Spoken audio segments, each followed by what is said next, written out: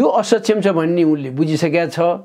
मैले त सुरुदेखि नै ऊ आएकोदेखि नै 4 चोटि प्रधानमन्त्री हुँदा के गर्न नसक्ने 5औं पटक गर्छ भनेर कोही ठान्छ भने महामूर्ख आफै हो भनेर ठाने हो।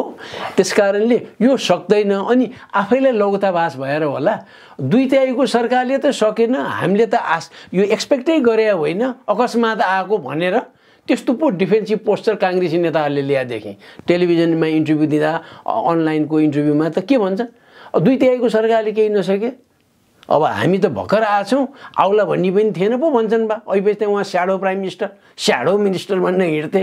अब यस्ताले केही गर्छन्, उनीहरूले सक्दैनन्। भोलि यहाँ नयाँ परिवर्तन भयो भने त जेल जाने यिनीहरूले हुन् नि, पैसा खाएर त यिनीहरूले हुन्। यी अहिले सत्तामा रहेका भर्खर सत्ताबाट बाहिर गएका केपी ओलीले ककसलाई संरक्षण गरेका थिए, हामीले चिनिहाल्यौँ, देखिहाल्यौँ, बुझिहाल्यौँ। अब अरू दलका के कस्तो छ उनीहरू सबलाई कारवाही नगर्ने हो भने अन्ततोगत्ता नेपालको अस्तित्वमै ठुलो सङ्कट आउँछ। अन्ततोगत्ता 5 वर्ष लाग्ला, 10 वर्ष लाग्ला, 15 वर्ष लाग्छ। भ्रष्टाचारले व्यापकता आए, त्यो व्याप्त स्थान ओगटेपछि मुलुक कोल्याप्स हुन्छ भन्ने त धेरै हिस्ट्री छ। डिसइन्डिकेट हुन्छ, अरूले लिन्छन्, लास्टमा कसले भने बाहिरको इन्टरभेन्सन लिन्छ।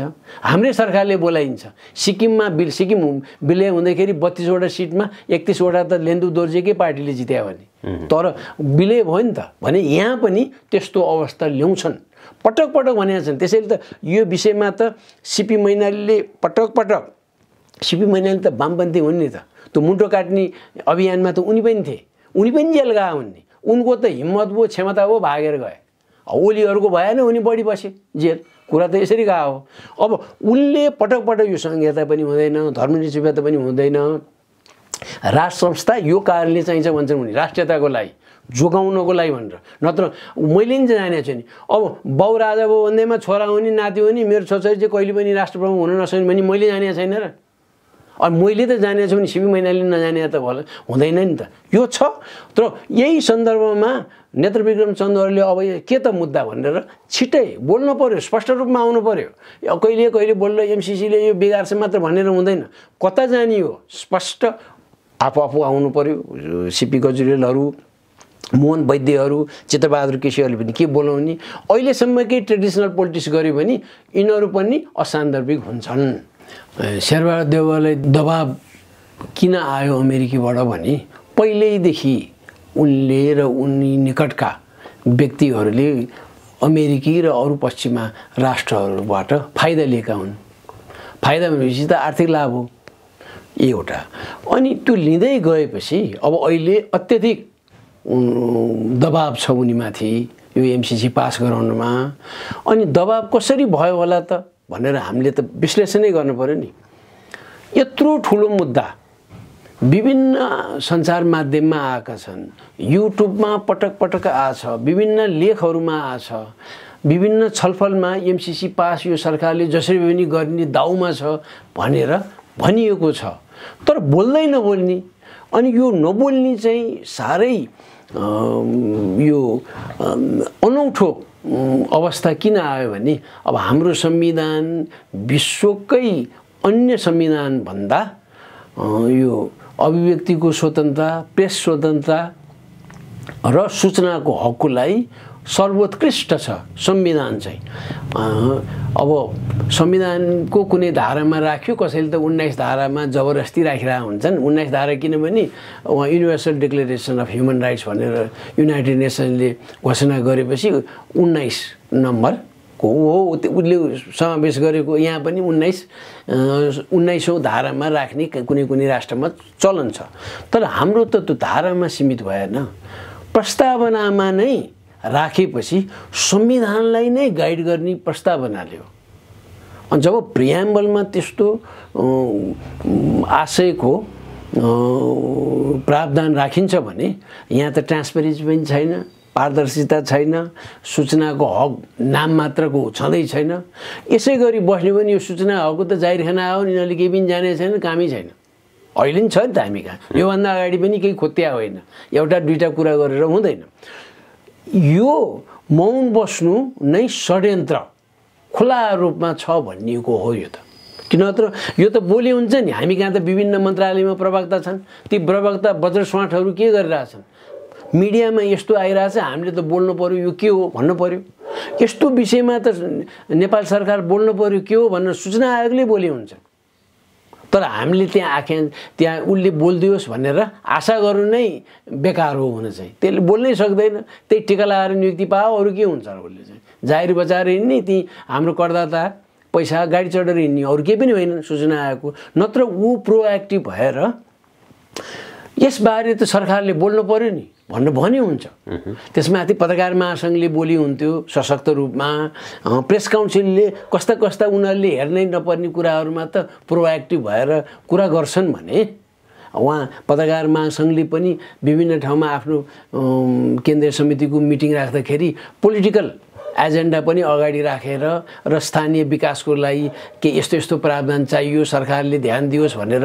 पास गर्ने गरेको छ रिजोल्युसन भने यस्तो कुरामा त उसले भन्नु पर्थ्यो त्यसपछि यहाँका ठुला सञ्चारगृहहरू उनीहरू पनि मौन छन् भनेको त्यहाँका मालिकहरूलाई नि प्रभाव पारेको छ सम्पादकहरूलाई पारेको छ समाचार संयोजकलाई पनि प्रभाव पारेर छ भने त देखियो नि त अनि रिपोर्टरले त बुझ्ने भए यो जाँदैन धेरै भनेर किन एमसीसीको कुरा गर्यो कि प्रतिक्रिया जनताबाट एकदम चर्को आउँछ विरोधमा एमसीसी पास गर्नुहुन्न भनेर तर लुकी छुपी यिनीहरू मौका मिल्ने बित्तिकै पास गराउने सुरमा देखियो अब त्यो अवस्थामा यदि पास भयो भने 6 महिना लाग्ला 6 वर्ष लाग्ला व्यक्ति हत्याको क्रम सुरु हुन्छ नेपालमा मान्छे आगो हुन्छन् त्यसबाट भयो भने तर मलाई व्यक्तिगत रूपमा मान्छे आक्रोशित छन् भनेर सरकारले पनि बुझेको छ शेरबहादुर देउवाले पनि बुझेको छ सम्भवतः पास हुँदैन सम्भवतः यदि यो पास भयो भने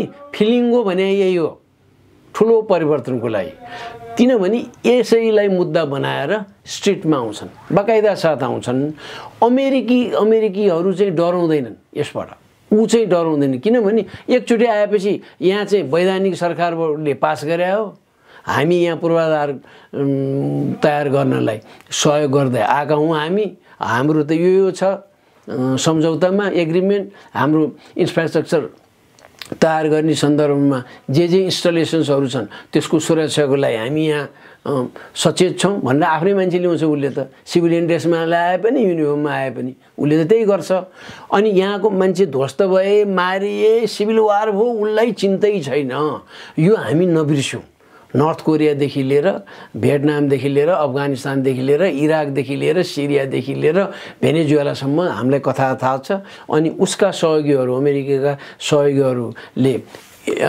यहाँ इन्डो चाइनामा के गरे कम्बोडिया लाओस भियतनाममा के गरे सबैलाई थाहा छ उसलाई मतलब छैन र पछिल्ला दशकहरूमा चाहिँ no boots on the ground भन्ने उसको नीति भने सिपाही सकभर उहाँ टेक्नै नपरोस् भइमा माथिबाटै लड्ने माथिबाटै ध्वस्त पार्ने फर्किने ऊ भने मरे अरू मर्छन् मरिहाले पनि अरू मर्ने अरू जातका अरू धर्मका अरू संस्कृतिका मर्ने भनेर ऊ जान्छ तर अब नेपालीहरूले चाहिँ सचेत हुने त यसैमा हो अनि यो भयो भने यसले भारतलाई पनि स्पिल ओभर इफेक्ट हुन्छ स्पिल ओभर इफेक्ट भने यहाँबाट त थचल्किएर त्यहाँ किन पुग्छ भने चीन स्पष्ट रूपमा अगाडि आउँछ डराउँदैन एउटा कुरो दोस्रो कुरो रिबेलियन ठुलो हुन्छ यहाँ र यी नेपालमा सम्भावित ठुला शक्तिहरू एउटा संविधानले नै पदस्थापना गरेका कसैलाई नगरेका ती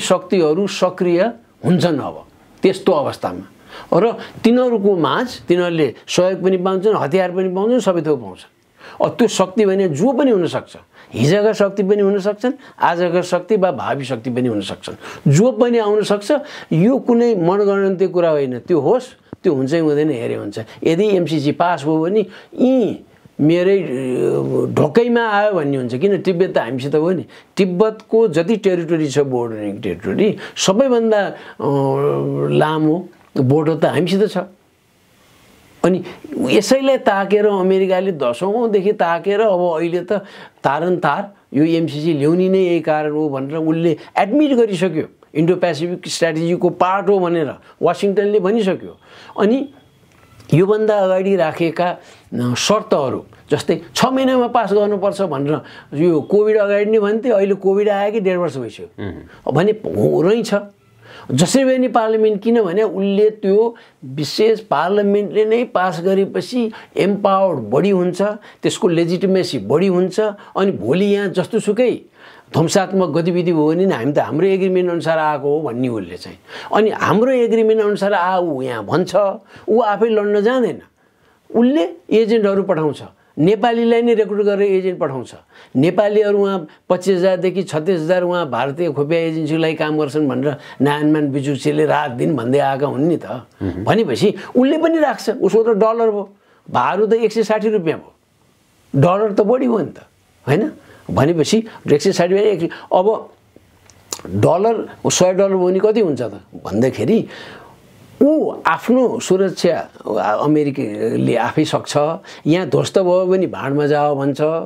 अनि यसको स्पिल ओभर चाहिँ इन्डियामा कसरी जान्छ भनेदेखि उसले पनि यसरी आउन दियो भनेर चीनले भारतीय राज्यहरूको विशेषत उत्तरी एरिया, उत्तरी भन्दाखेरि बङ्गालसम्म भने हो मैले चाहिँ, वेस्ट बङ्गाल पनि, उत्तराखण्ड पनि, यहाँ युपी पनि, बिहार पनि, यस्ता राज्यहरू जुन नेपालसित सीमा छन् त्यहाँ वामपन्थीहरूको सङ्ख्या छ। पहिलाभन्दा तिनीहरू अलि सेला छन्, तिनीहरूलाई सहयोग गर्छ उसले। अब उनीहरूले सहयोग गर्दाखेरि भारतीयहरू पनि कति यता आउँछन्, ती वामपन्थीहरू पनि नक्सलाइट फर एक्जाम्पल है। 8-9 वर्ष अघि भारतीय प्रधानमन्त्री मनमोहन सिंहले भारतलाई सुरक्षाको खतरा कहीँ केबाट छ भने सबैभन्दा बढी नक्सलाइटबाट भनेका थिए।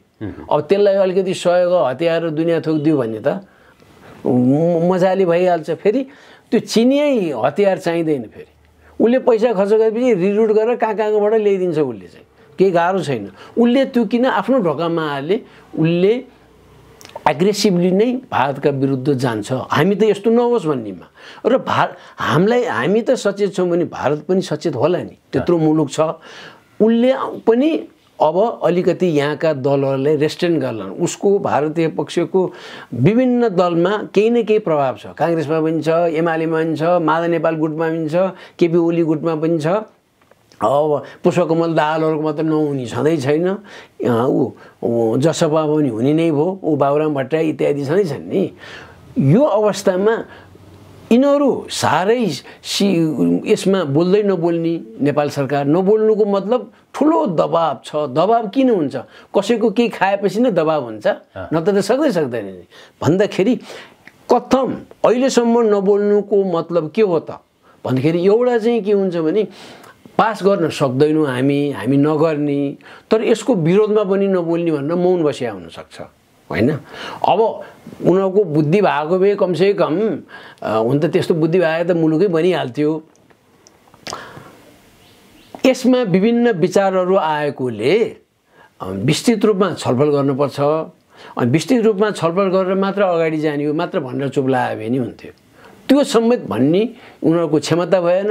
त्यसमाथि एमसिसीको बारेमा केपी ओलीले बोले हुन्छ, रामचन्द्र पौडेलले नि बोले हुन्छ, शेरबहादुर देउवादेखि आज देउवासम्म बोले हुन्छ, शेखर कोइरालाले स्पष्ट रूपमा बोले हुन्छ। फलान ठाउँमा बोलेका थिए, फलान ठाउँमा भन्न हुँदैन, यस्तो अहिले बोले हुन्छ। प्रष्ट धारणा आउनु अभियन्ताहरूमा पनि कोहीले बोलेका छन्, होइन? जस्तै केशरबहादुर विष्टले, बालकृष्ण न्यौपानेहरूले बोल्नु भएको छ, नबोले होइन है, तर त्यो बोले पनि अरू पनि छन् त्यसमा स्पष्ट। अब आजकल चाहिँ अलि स्पष्ट भएर आएछन्। अलि स्पष्ट भएर आउँदाखेरि अरू पनि आउन् भन्ने हाम्रो चाहिँ हो, ताकि माहौल बन्छ यसका विरुद्ध। चाहिँदैन भन्दा दबाब किन दिन्छ भनेपछि झन् शङ्का भयो नि। चाहिँदैन भन्दा पनि आउनै पर्छ, जसरी भए पनि आउनुपर्छ भनेर जब आउँछ उसको स्वार्थ हो। अब त्यो अमेरिकाले म त दोष दिन्न, फेरि उसको स्वार्थ छ। अरू मुलुकमा त्यसै गरी ध्वस्त पारेर हिँड्या हो, आफ्नो इन्ट्रेस्टको लागि उसले गर्छ। तर चीनले पनि आफ्नो इन्ट्रेस्टलाई गर्छ र आफ्नो छिमेकी यदि आफ्नै ढोका, नेपाल भने ढोका हो तिब्बत पस्ने, अब यहाँ नेपालमै उसको उपस्थिति देखाउन सक्यो भने कहाँ गएर उहाँ ताइवानको विरुद्ध र इन्डो पेसिफिक रिजनमा के नाप्न सक्छ? उसले नाप्दैन नि त, केही पनि सक्दैन नि। तर उसले सक्छ, त्यहाँ सक्नेले यहाँ ढोकैमा झन् उसले जथाभावी हुनै दिँदैन। भन्दाखेरि हामी सशङ्कित साह्रै हुनुपर्ने अवस्थै छ। यो सरकार र अरू दलहरू सबै बिकिसके, आँटै रहेछ। अनि हाम्रो स्वाभिमानता गुम्दै गयो भने यस्तै कारणले भोलि हुन्छ नि त, बोल्न सक्दैनन्। फेरि यिनीहरू चाहिँ कति नालायक अथवा यिनीहरू त दलालै हुन्। बोली हुन्छ नि, राम्रो भयो नि बोली हुन्छ। एमसीसी साह्रै राम्रो हो, हामीले ल्याउनुपर्छ, भ्रममा नपरौँ भने पनि भयो। त्यो आँट छैन, किन आम जनता त यिनीहरूको विरोधमा आउँछन् भनेर। यो खराब छ भन्ने पनि छैन, पहिला खाइसके। उनीहरूले के सुविधा, एउटा सुविधा लिनेमा आफ्ना नाता गोता इत्यादिलाई उहाँ पर्मानेन्ट रेजिडेन्सी कार्ड दिने हो कि ग्रीन कार्ड दिने हो कि येलो कार्ड दिने हो कि ब्लू कार्ड दिने, जे कार्ड दिने लिइसके, पाइसके। कतिले प्रोजेक्ट यहाँ पाइरहेछन् है, कतिले अन्य ठाउँमा अरू काम पाछन्, पाउँछन्।